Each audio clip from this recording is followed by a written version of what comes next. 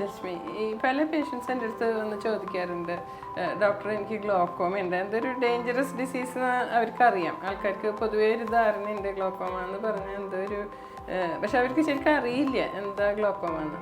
അപ്പോൾ സത്യം പറഞ്ഞാൽ എന്താണ് ഈ ഗ്ലോക്കോമ? ഈ ഗ്ലോക്കോമ അവയർനെസ് ഇപ്പോൾ കൂടുതലായതുകൊണ്ട് മാഡം കുറേ പേഷ്യൻസിന് ഇപ്പം പ്രത്യേകിച്ച് ഒരു ഏജ് ഗ്രൂപ്പിന് മേലെയുള്ളവർക്ക് എപ്പോഴും ഗ്ലോക്കോമ ആയിട്ടൊരു എങ്ങനെയെങ്കിലും രീതിയിൽ ഒന്നിൽ ന്യൂസ് റിപ്പോർട്ട്സ് അല്ലെങ്കിൽ വേറെ പേഷ്യൻസ് പറഞ്ഞ് അപ്പോൾ അവർക്ക് എപ്പോഴും ഉള്ളിലൊരു പേടിയുണ്ട് ഒരു ഏജ് കഴിഞ്ഞാൽ എനിക്ക് ഗ്ലോക്കോമ ഉണ്ടോ, ഇനിയിപ്പോൾ ഞാൻ കാണുന്ന എനിക്കുള്ള ബുദ്ധിമുട്ടുകൾ ഗ്ലോക്കോമയുടെ ആണോ.